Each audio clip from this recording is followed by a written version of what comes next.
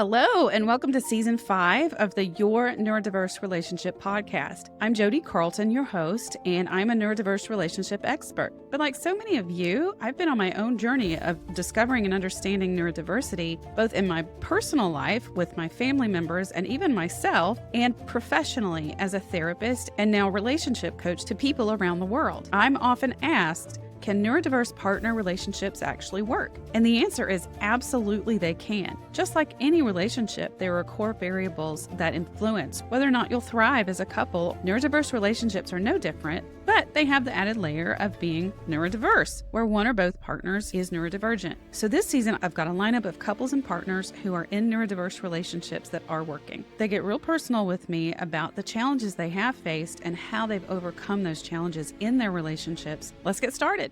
Hi, everybody. This is part 2 of my 2-part series interview with Adam and Becca, and they are a neurodiverse couple. Becca is autistic and Adam is neurotypical, and they have impacted hundreds of thousands of followers on TikTok, sharing their stories about neurodiversity, their humor, and they are just really doing such a service to the neurodiversity community. And if you didn't see part 1 or listen to it on a podcast platform, I highly recommend you go back and listen to that to get an introduction to them. But today they're going to share even more about their personal stories and histories, and it's going to be so relatable. So enjoy. I've met thousands of people now in my career that are neurodivergent. And so I can see that the dynamic between the two of you is so great and so healthy. And that, Becca, sometimes you're egging him on, with an absolute straight face, and you're egging him on and he's laughing even harder. And Yes. people, I think, get it and love it, which is why you guys have so many followers. People love you. But there are those who are seeing it as, and I think they're kind of taking it literally as you're mocking her. Yeah. And you so clearly aren't mocking your wife, Adam. Tell me a little bit about your perspective on that. Yeah. So being alive in the world is hard for everybody, and especially for a neurodivergent person, autism, ADHD, or ADHD. She's told me this several times. I feel like everyone else has the instruction manual for life and I don't. And she's telling the 100% truth when she says that. Yes. Compared to the neurotypical experience, it's absurd. The sheer cognitive cost for her every day. She hears and experiences all sensory input at the same volume all the time. My brain has pruned my neurons so that I don't have to do that. The sound of the air conditioning, my brain has put that on the back burner. That's not a problem. Yeah. Or the fridge. Or the fridge. Yep. She can tell you 7 things right now that are sound of it. The fan on this computer. Yep. She's like, that's at the same volume as Adam's voice right now. So it's a little absurd. It's like, well, how do you live like that every day? How do you function in order to, it's like a coping skill. For us, it's humor that gets us through. And again, we are both healthcare workers. We have seen the most heinous, disgusting, sinister things you can think of. If you want to touch the underbelly of society, work in healthcare, especially home health. Yeah. Oh my God. Yeah. I had a patient whose roof was propped up with a jack stand and a couple of 2x4s. And he was living on his sister's property, who was retired, and she had made her living in New York City, and she would go back and forth from Georgia to New York City all the time. And she was letting her brother, this patient was her brother, she was letting him live there.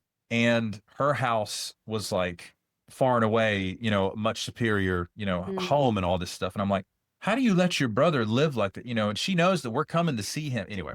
That it's heinous. And so the context that we, couch the neurodivergent existence, that's where it's at, because people get upset that I'm laughing, but it's like, listen, you either laugh or you jump off a bridge. You got to find some way forward, because we're alive in the world today. We posted a video that was hysterical. I was laughing my butt off just editing it, where she just goes on a rant after she tries to clean the fish tank. And again, 90% of people are laughing. Like, oh my God, that's so relatable. I'm autistic too. I do this all the time. 10% of the comments are like, how dare you laugh at her? I'm like, shut up.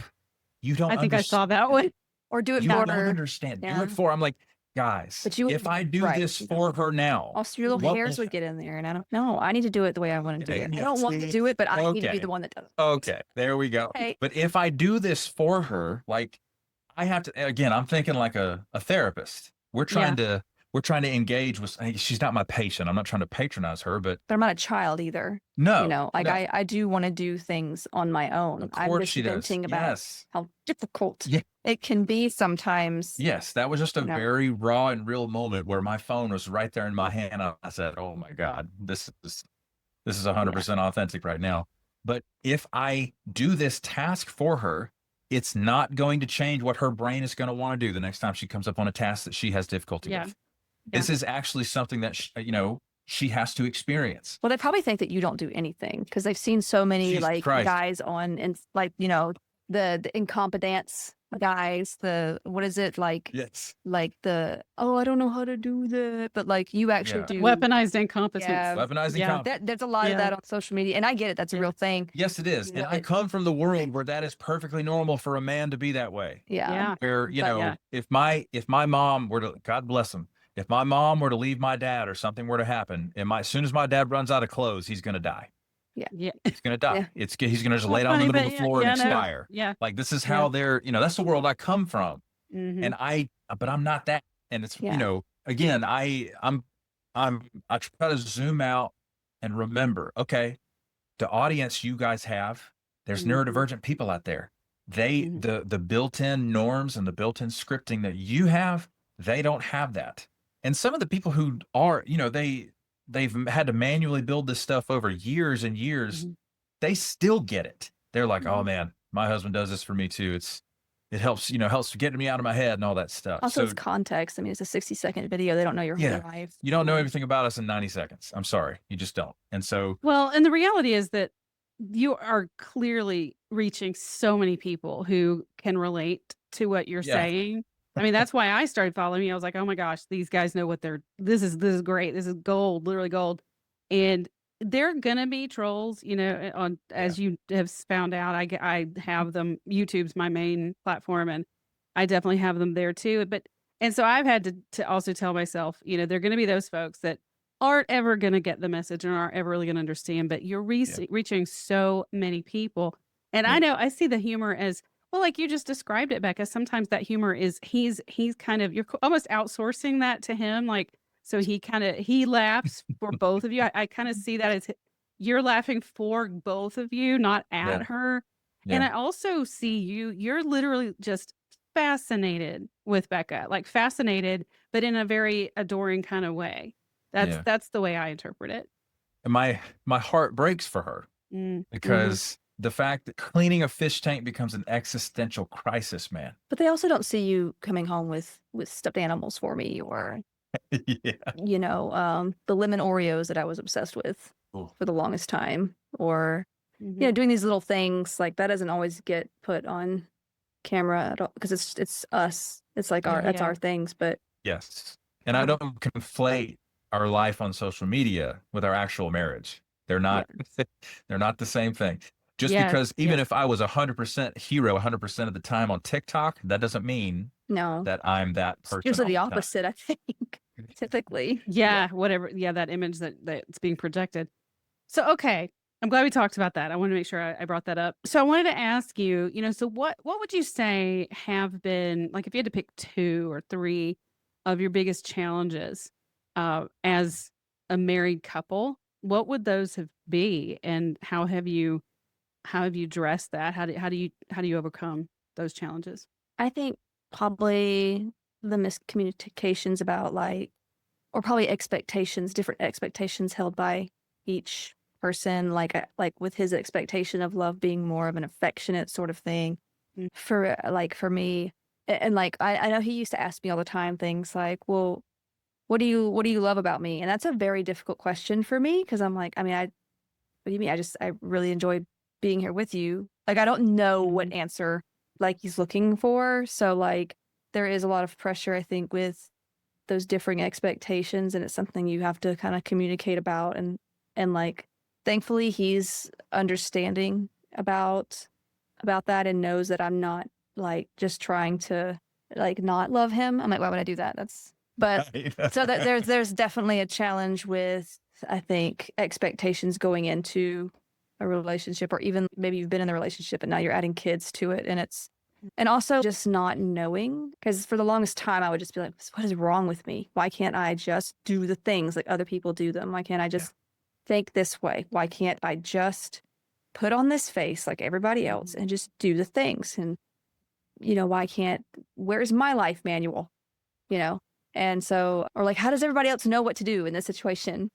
Like, I don't understand, like, was there a memo sent out or whatever? So I feel like there's that. And then when we first got together, even the expectations of family members on each side, because his family is still very much like, let's get together once every other week and we're going to all hang out for 3 hours and we're going to just talk and stuff. And like, that's very difficult.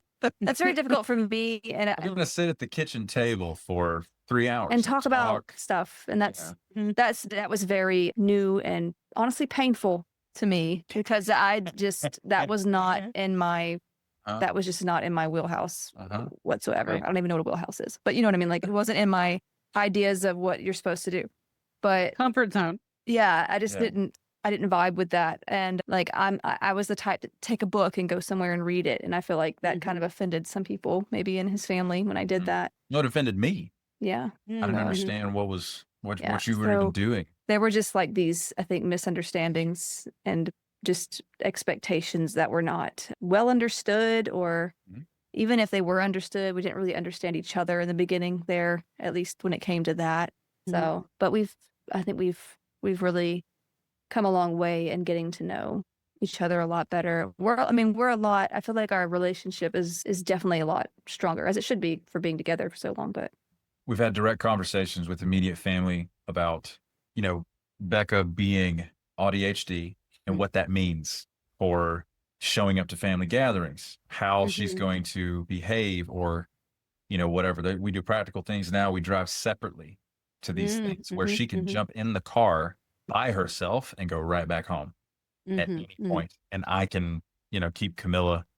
She can ride home with me, or she can go with her mom, whatever. But that, just her having that space to, especially holidays, because holidays are very difficult, because it's just, there's all this like anticipation and stuff you're supposed to do. And like, I know holidays are coming up, and I don't hate Christmas, but I don't like that time of year just because of all the traffic and all the expectation and all the, you're supposed to be joyful, but you're just tired. And like, there's just a lot going on there. But like, their family does it so much differently than like me and my mom used to just kind of watch TV, and like his family, it's big. It's a big thing. So like that was, and also like trying to figure out what his emotions. I still have trouble with this though, because he'll sigh sometimes. Like he'll be like, and I'm like, what's wrong? What'd I do? Is something wrong? Are you mad? Are you mad? Are you angry? And it's like, literally nothing wrong. I'm tired. Breathing.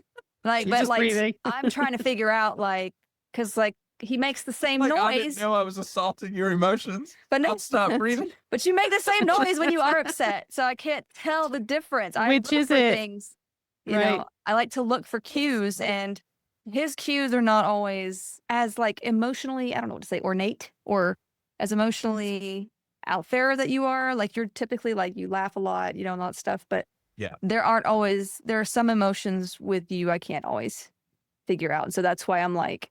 And of course, with the whole like me being terrified of being in trouble, still don't know where that comes from. I think it is like the whole not knowing what other people are thinking when I'm around them. Like, did I do this right? Just worried about the blundering. Like, you don't have the manual. Yeah. Jodi, I got to tell you, her therapist asked her.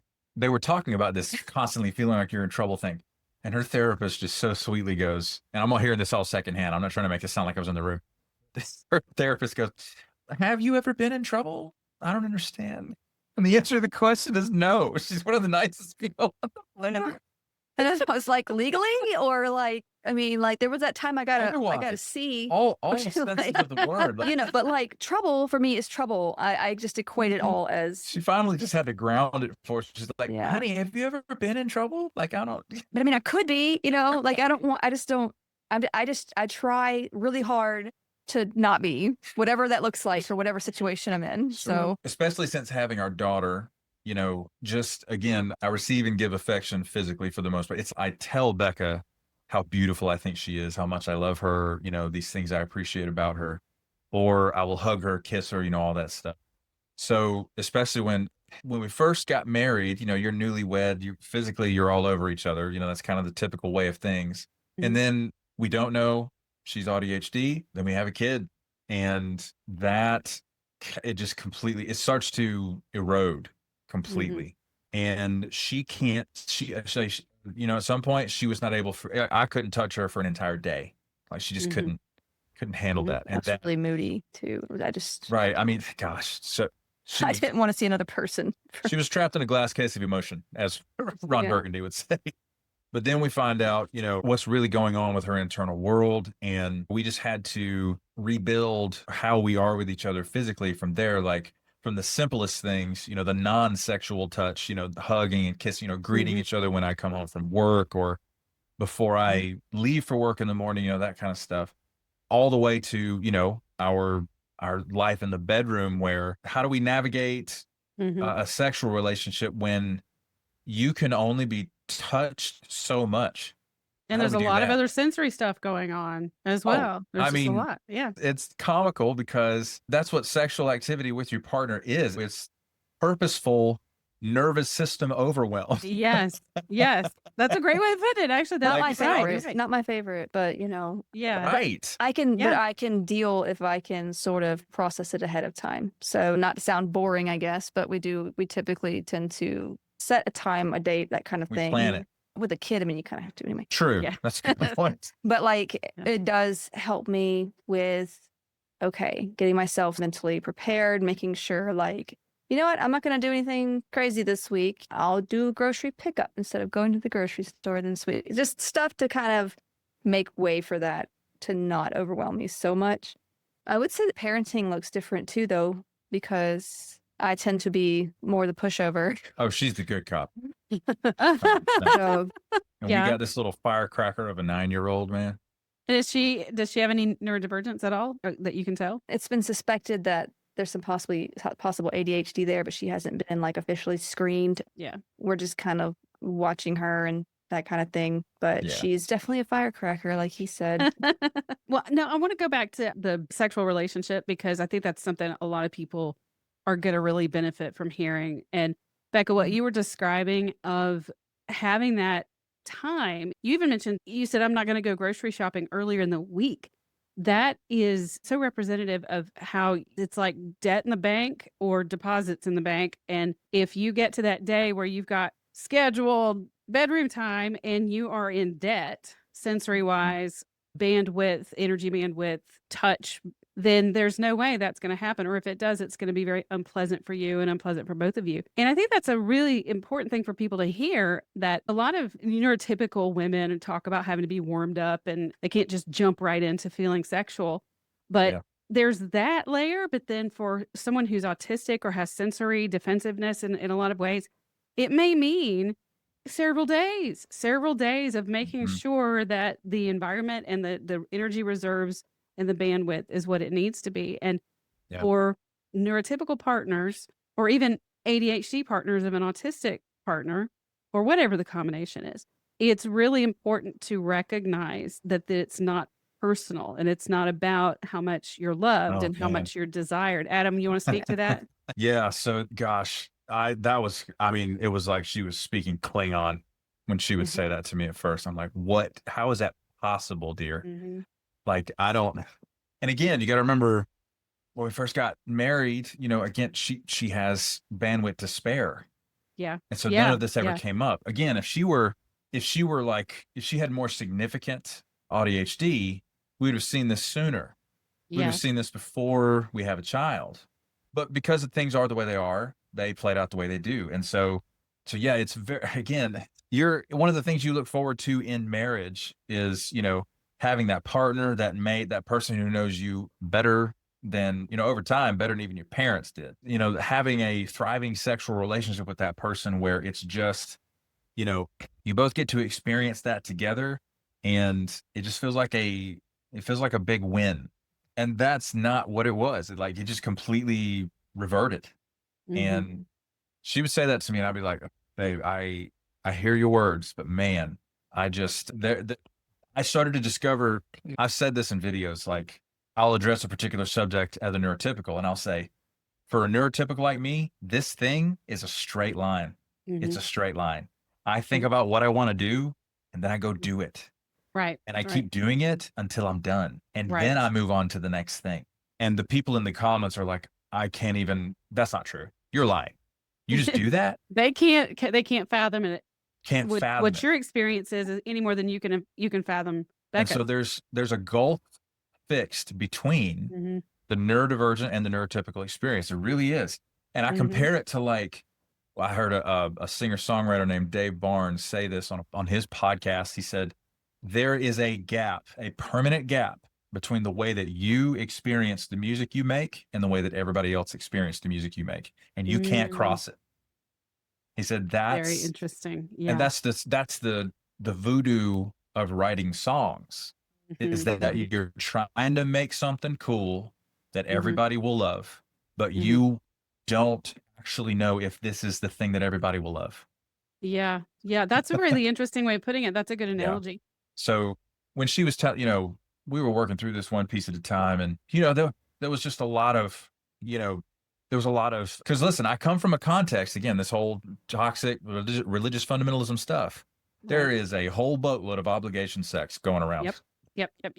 Yeah. Well, I wasn't about any of that. So. No, she's not about any of that. And, plot twist, neither am I. I don't want to have that kind, Jodi, I don't know if these Twitter accounts are run by real people, but they talk about, the trad wife life and, their wife owes them that, I don't feel like going to work and making money. So, but I do it anyway. She should feel like making love when I get home. Right. Like, Yeah. Are you joking? That's not. Yeah. So anyway. Well, there's the PDA that comes into play. It's like, well, I'm not going to do it because you want me to do it. Like, I'm not going to do this because you told me to do it. Yes. Absolutely not. And then you start to reverse engineer, like, how did I turn this woman on before we had a kid? What was, I never even had to think about, like, what are the steps? What's step 1, 2, and 3 here?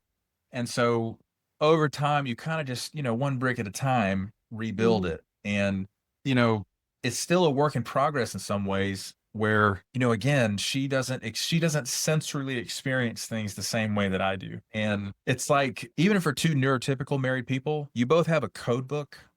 Like this thing means this implicitly. Yep. And your partner is like, what are you talking about? That just never meant that. That's not what it means to me. Yep. Yeah. And so you decipher the partner's code book over the years, over time. Well, I can tell you what my code book means. She can't tell you what her code book means. She literally doesn't know. I don't know where it's at. And so I tell her what mine means. And then we write hers in real time. Well, I think too, it's also if there are other things going on, if there's overstimulation already, or if there's something on your mind, like for me, if there's something else going on that I'm thinking about, it's just not, I can't divert. I can't just push that away. It's not accessible to you you can't put this on the shelf and access. And there's not a gear. There's not a gear really where you can shift that transmission into, I got a lot on my mind. I just need to be in bed with my partner to clear my head. That's not on the table. It's the opposite for me. Yeah. I got to go take care of all this stuff because that's. So obviously, I mean, that's been a challenge. And Becca, you mentioned miscommunications, misinterpretations. You both have spoken to that. What would you say is the number one or two ingredient for your marriage that has kept you together, keeps you together, and has made it work? I would say intentional understanding, because I feel like he took the time to understand how I think. And I feel like not everybody is willing to do that.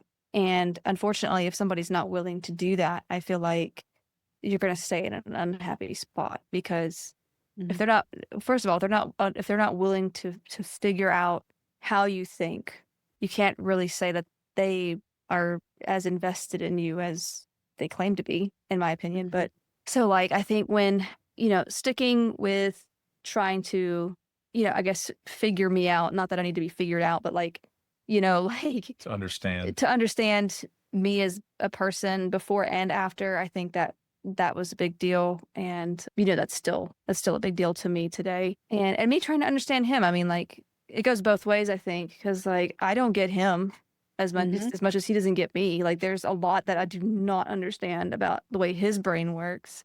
And so like, I mean, we could turn the tables and say to me, he's the neurodivergent one. Yeah. Right? Like Yeah. it just so happens that the world works the way the world works. So Right. like, but yeah, there's a lot about him and the culture he comes from that I don't understand. But one thing that I've always really loved about him is he's able to just be genuine and honest.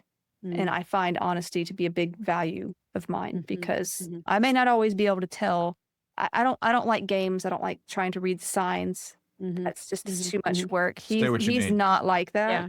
And so that really helps me. So even when we don't understand each other, we can sit there and say we don't understand each other instead of blaming it on somebody or picking something else about the person to be critical about or anything like that. We're able to just sort of figure out what it is we're really confused about. Yeah, so authenticity, honesty, and intentional curiosity. Would that be accurate? Okay, Adam, do you have anything else to add to that, or what is it for you? The question was how. Like what are the main ingredients? Like what are some of the main basic ingredients that have allowed your marriage to work and to last and overcome some of the challenges that there have been? Yeah, Becca she genuinely loves me. And this is just a practical example. Just the other day, and I haven't even told her about this. She was out of town for the funeral we mentioned before. She drove, it's 2 hours away. She drove there, drove back. They had a day in between. She was driving around town for that as well. It was not fun. And she was also trying to get back in town in time for a choir concert. What was for the school concert that the kids put on each that year. my daughter wanted to sing in. So she's trying to get back in town the day of the funeral. She's trying to get back in town from 2 hours away so that our daughter can be in this concert. Well, traffic turned a 2-hour trip into 3 hours and 45 minutes. Yeah. Completely missed the concert. It was a rough day. It's a very rough day. Change of plans or change in direction is extremely, extremely difficult for her. She's got to, give herself space to accommodate. I can change plans at the drop of a hat. It's no problem. Right. So she's dealing with all that. She's been away from her own bed for 3 days. She comes in the house and I see her for the first time and she's exhausted. And I'm just coming up to hug her and kiss her. And I come up and said, I need to kiss you because, I haven't seen her for 3 days. And she goes, okay. She kisses me and I was like, well, that was gross. She runs off. She's got 5 other things to tend to. But then 30 minutes later, I don't know if she consciously thought to herself, well, that wasn't cool. I wish I'd have handled that differently. I don't know if she thought that. We haven't talked about this. Okay.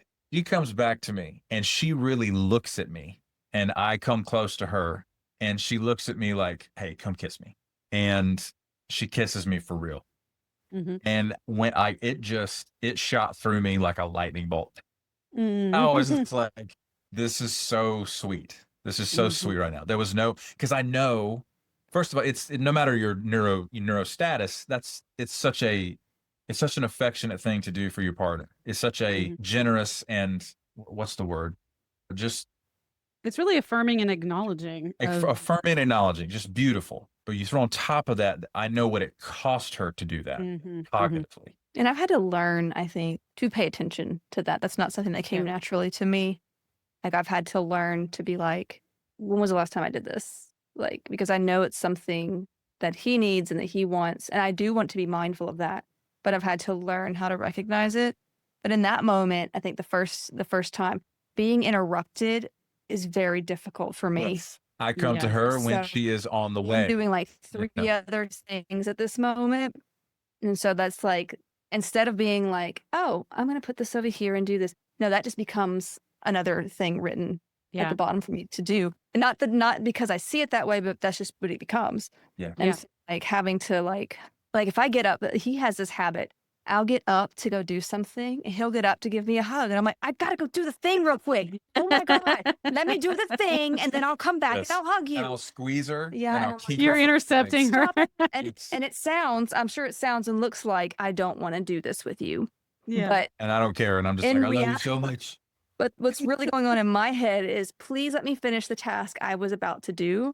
And then I can come back and do this. Because if I don't do what my brain just told me to do, Won't it's get done. not going to happen. And I need to do it. Like, I need to do it now. That's just that's part of the miscommunication. That if you don't discuss that, it won't, like, if it doesn't get said, it doesn't get known. I wanted to respond to what you're saying there, because that interruption, and that's just something that I think so many partners, the neurotypical partner, like Adam, you were saying, I can change plans, I can turn on a dime, and so many people don't understand that, and it feels so personal. But once you've gotten to once you get that framework of, oh, this really has nothing to do with me, it has nothing to do with how much my spouse or partner cares about me or loves me. This is just a process that their brain has to go through. And I'm actually doing, by requiring or wanting that hug or kiss right now, I'm actually being, in a way, unloving if I'm aware that this is a really difficult thing for my partner. But when you don't know it, when nobody knows it, it's so confusing and hurtful for everybody. But then once you do have that framework, the longer you're together, the more you learn each other, the more you know, and the more you have your signals, your cues, your hand your hand signs, whatever. My family, my daughter's not verbal in the mornings at all for probably the first hour or so. I mean, she's a senior in college. I mean, she's very intelligent. It has nothing to do with that. But she's just not verbal when she gets up. And I'll start speaking to her, and she just kind of gives me the, this glazed over look. And I'll just say, words are still out of service. And she's like, I mean, so I know it's not personal. She doesn't mean anything by it. And, she's one of my main examples of autism, because she's the one my kid's dad is autistic too, but we're divorced. And so there's a lot of stories I could tell there, but I might get in a little trouble. But although I do tell them a lot of times, but my daughter is one of the individuals that I've been around the most who's autistic. So I learn a lot from her. And so her brother he's had to learn that this is not about how much she loves him, because they're very, very close. They're 3 years apart, but very close.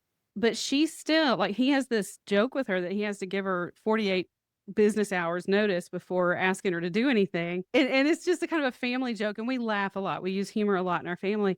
I remember one summer, they're both just hanging out, nothing to do. It was when she was home from college and he was in high school. And they both like to play tennis.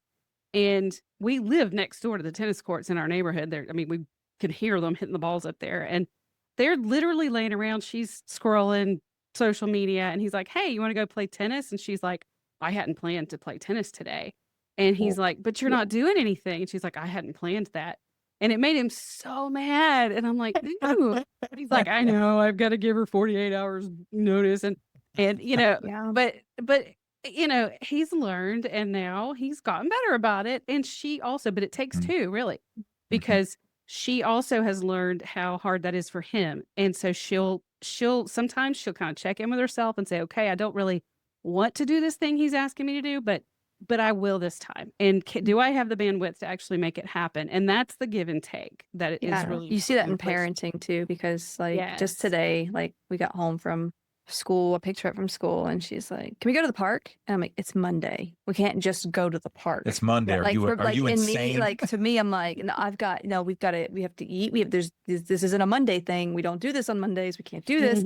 And so, I had to find a way to compromise by playing this game with her. But there are times where I will sort of be like, okay, she's 9 years old. She really wants to go do this thing. She's bored. So, okay, I'll take you to go do the thing. But it is very difficult to get over that hump, because it's like you're literally sacrificing this part of yourself, because it's because she's not gonna, she's 9, she doesn't understand that, and I do want her to know that I love her, so I want to do these things with her. So she's not going to understand, though, if I say, mommy can't do this. And I gotta say, this woman right here, our daughter, never goes without any measure of attention or help. I mean, any sort of care that a mom can provide a daughter, this girl right here is there all the time. And she pays the price for it. And it's going to be a long time before our daughter will ever understand. But I mean, she is right there. But I definitely couldn't have any more. Just the one. Just the one. Yeah. And that's fair. And that is fair. And that actually comes up because couples talk about, oh, I want 2, 3 kids. And then I have couples come to me and they're having major issues because after that first child was born, the autistic partner's like, there's no way, I can't do any more. Right. And the other partner's like, but we wanted more. And their feelings, it's like, okay, let's talk about capacity here. Yeah, exactly. And, cool story. We moved into this house because it has an extra bedroom because we were both like, yeah, we'll have more than one kid. Well, I kind of had already decided, but I didn't know how to tell you that at the time. Right. We were in a place where she could say, absolutely not, I'm not doing that. Yeah. And so we added, $450, $500 worth of a mortgage payment for a house that we don't need. But by not having that second child, you still saved money because children cost money. Well, that's true. We honestly, so for as expensive as everything's got now, there's literally no, I'd have to sell drugs. There's no practical way to do it. It's rough. So it's rough out there. So yeah, but we weren't in the place, and you go again. I come from a place where women have kids. It's what they do. Yeah. That's their value. That's their identity. And if they don't do that, well, then what are you? Who are you? What are you talking doing? about? Even being pregnant was a nightmare to me. Sensory nightmare. Oh yeah, I'm sure. I love my daughter, and I say for her, I would do it again because I love her so much. But I'm not doing it again. But you're not doing it. Right. I have two older sisters that have 13 children between the two of them, and they both have a set of twins. It's not for me. I've been around children since I was 17 years old. And so when it came to, I was getting married and starting to have a family, like, yeah, sure, let's have 3 or whatever, Let's have a gaggle of kids. Not doing that. Not me. It's not for me. It sounds like to me the two of you were really, really good for each other in a lot of ways, and that you still are. And that you brought out a lot in each other that you didn't even know was there. And again, I just want to say thank you again so much for being on the show, for talking to me about this. I think you're going to be such an inspiration to so many people on my podcast, and you already are on TikTok. So is there any last words that you want to anything you feel like would be helpful for people to hear from you? Well, we should make sure that people know about the podcast that we do together called The Poisoner's Almanac. Oh, yes. Becca is the chief researcher. Special interest. Yeah, it was one of her special interests as an ADHD person. And so it is, she puts together, I'm talking pages upon pages of research that are the content of our episodes. And we have a Patreon where we just got a sample in for our first piece of merch as a t-shirt. Okay. And what's it about? The Poisoner's Almanac. The Poisoner's Almanac is all about poisons. That's her special interest. And she weaves it into true crime, history, politics, folklore, sociology, psychology, the practice of medicine, all that fun stuff. A lot of it's based on the whole, the dose makes the poison. And so we have a lot of medicines now that we've actually discovered from poisons. Like digoxin is actually from, digitalis, which itself is a poison, but we use it. Yeah. We have learned how to use it as a medicine. But I like to talk about use of poisons in the past, folk medicines, and I'm a big fan of botany and plants anyway. Okay. And so, yeah.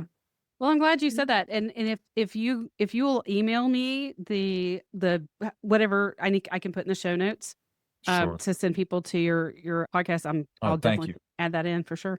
That'd be amazing. All right. Well, thank you so much. And I'm so happy to meet you and be watching you on TikTok. And if there's ever anything I can do for the two of you, don't hesitate to reach out. Thank you. We really appreciate it, Jodi. All right. Thanks so much, guys. That's a wrap for today's episode. Be sure to subscribe or follow the podcast so you won't miss any of these amazing interviews. And as always, if you're benefiting and enjoying this podcast, please give us a review. It really helps other people know that this podcast is really beneficial and worth listening to. Thanks for watching on YouTube or tuning in to your favorite podcast platform. And don't forget to visit me online at jodicarlton.com for more resources. I have assessment quizzes, educational articles, courses, and more. And if you have any questions, just reach out to my team at gethelp@jodicarlton.com. Until next time.